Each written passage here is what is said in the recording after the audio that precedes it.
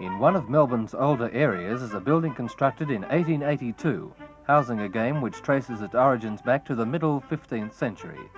This is the Royal Melbourne Tennis Club, and inside its sandstone and bluestone walls is played one of man's oldest games. Its Australian enthusiasts have included former Governor-General Lord Somers, and some of the older prices are interesting, particularly one stating that the loser of each love set will pay 1 shilling. Rackets haven't changed over 500 years. Roughly similar to the modern racket, they're hook-shaped as the ball is sliced by the racket. The ball itself is all cloth and is heavier than its modern counterpart. The court is based on an original French monastery courtyard. The length is about 100 feet, width 33 feet. On the extreme right you'll notice a buttress, which is known as le tambour, and on the far wall a hole, known as la grille. A point is won if the ball hits this hole.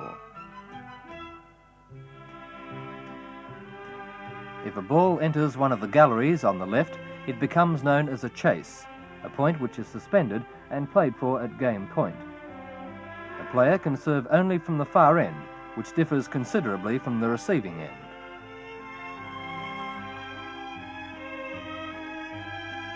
At all times, the ball must be kept below this white line, as in squash, and stretching right across the serving end is a net known as dedans, and should a ball be struck into this area, it becomes a winning stroke.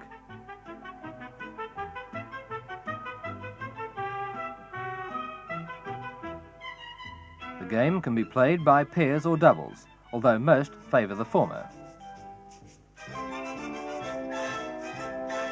Many balls are used in the game, and a supply is kept in a bowl behind the server.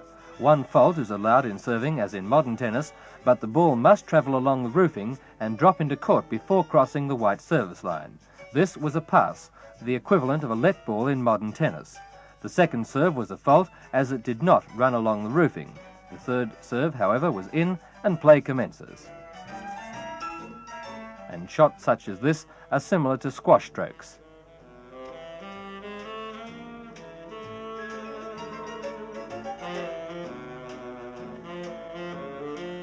If the ball bounces twice, the point is over, as in modern tennis, and the server now leads 15-love. A serve can be taken from anywhere at the serving end. The ball is sliced and often spins quite sharply. The score now goes to 30-love.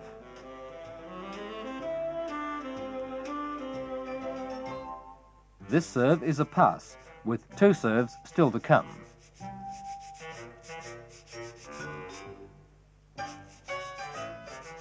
The ball travels very rapidly, and this return beats the server and takes the score to 30-15. The first to win 6 games wins the set. The best of 3 sets wins the match.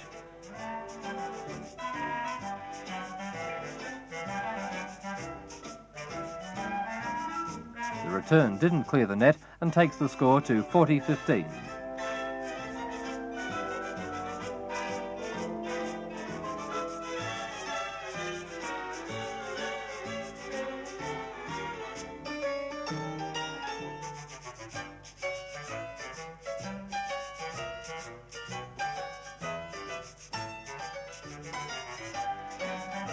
The server in the next game has been playing tennis at the Royal Melbourne Club for only a few weeks. The club received permission from Queen Victoria to use the prefix Royal in the year 1897.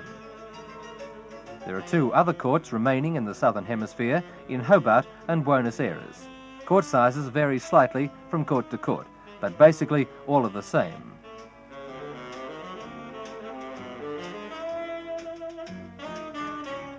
The game was introduced to England by Henry V and was greatly popular during the reign of Henry VIII, who was regarded as an expert.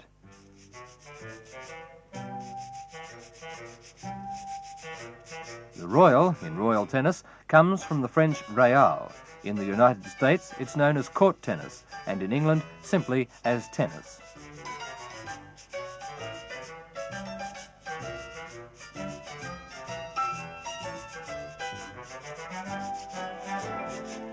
The game was played only by wealthy people, and in particular in France, members of the royal court. Its greatest popularity was under Louis XIV at the end of the 17th century. One of man's earliest ball games flourishes in Melbourne, played today by about 100 people.